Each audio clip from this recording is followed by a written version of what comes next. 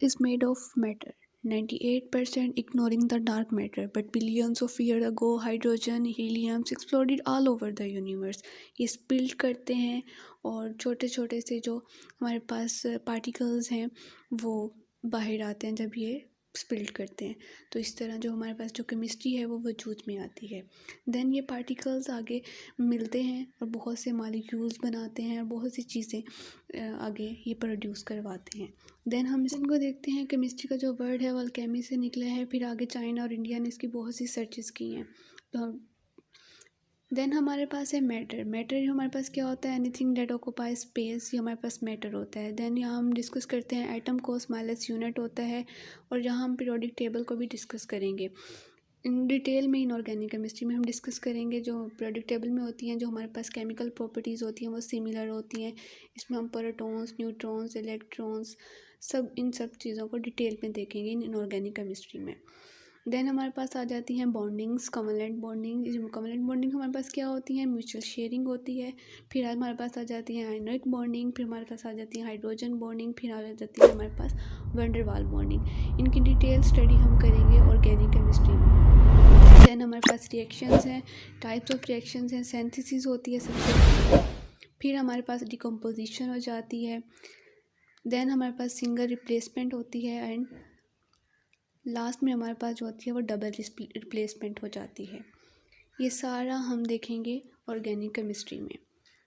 इसमें हम एक एग्जांपल कोट कर रही हूँ, conversation of mass and energy. ये हमारे पास लॉ होते हैं, जो इसका लॉ की डिफ़ाइन करूँगी, जो energy can neither be created not be destroyed. ये हमारे पास conversation of mass and energy होता है। देन हम डिस्कस करेंगे इसमें काइनेटिक्स के बारे में।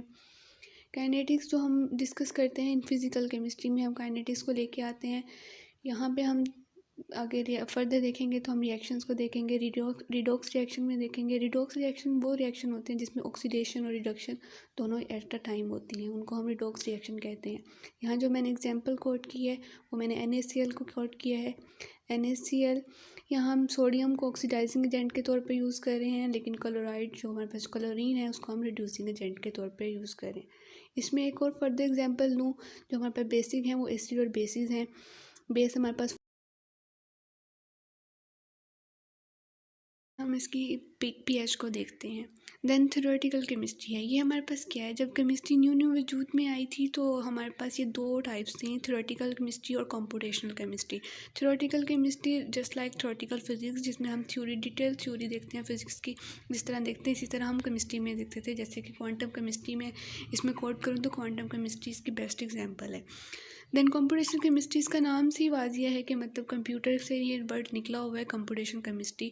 इसमें हम सारी अपनी प्रॉब्लम्स थ्रू कंप्यूटर सॉल्व कर सकते थे, मतलब उन्होंने हमें फार्मूलाज दिए होते थे, कंप्यूटर बेस्ड फार्मूलाज। कंप्यूटर में हम इजीली इसको डील करते थे। लेकिन फर्दर हम जैसे ही केमिस्ट्री को फर्दर डिटेल स्टडी करते गए हैं तो हमारे पास की डिटेल ब्रांचेस निकलती गई हैं। तो जैसे कि हमारे पास यहाँ पे मैं फ़िज़िकल केमिस्ट्री को लेके आ रही हूँ।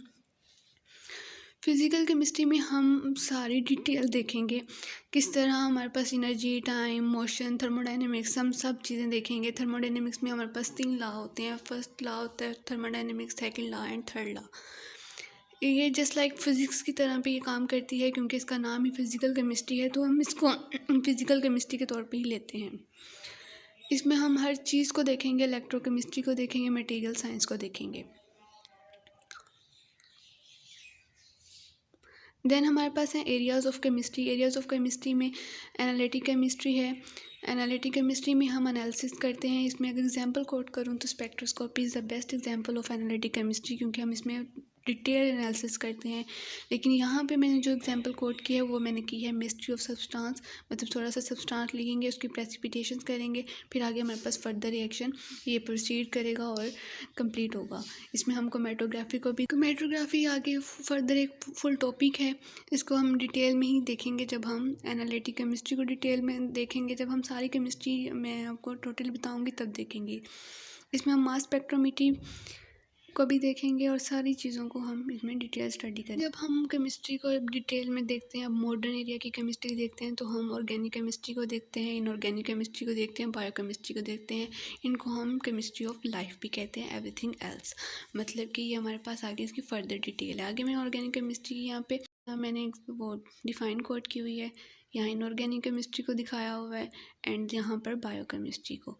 यहाँ हम इसकी फर्दर डिटेल हम देखेंगे, हम डिटेल में देखेंगे। Thank you so much. It's all about map of chemistry. Myself Jinnat Ashraf. Thank you so much.